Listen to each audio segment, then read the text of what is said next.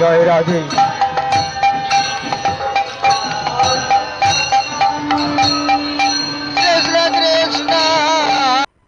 প্রসাদ বিতরণ করা হবে।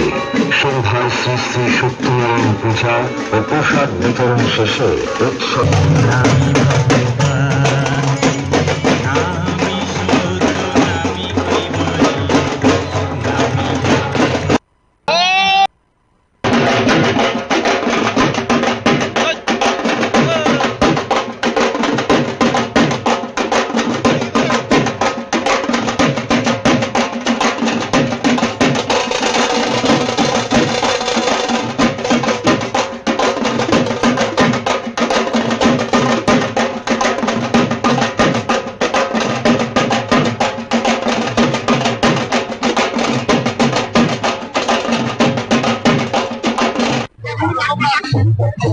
জয়রাম।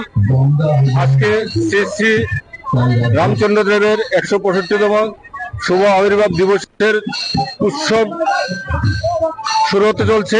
আমরা বর্ণাঢ্য মিছিলের মাধ্যমে গঙ্গা আহ্বানে বেরোচ্ছি।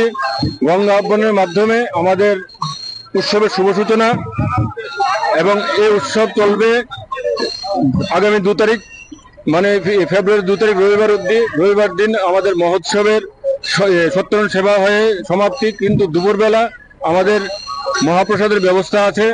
এখানে 16 প্রহর হরিনাম সংকীর্তন চলবে। এখানে সারা ভারতবর্ষ সহ বাংলাদেশ সহ সব জায়গার মন্দিরকে আমরা নিমন্ত্রণ করেছি, সবাই যেন এখানে আসেন, এবং ত্রিপুরার সমস্ত মন্দিরকে আমরা নিমন্ত্রণ করেছি, এবং প্রচুর ভক্তবৃন্দ আসবে। আমরা এখানে 1 লক্ষ লোকের ব্যবস্থা করেছি, 500 লোক থেকে প্রসাদ খাওয়ার ব্যবস্থা করেছি।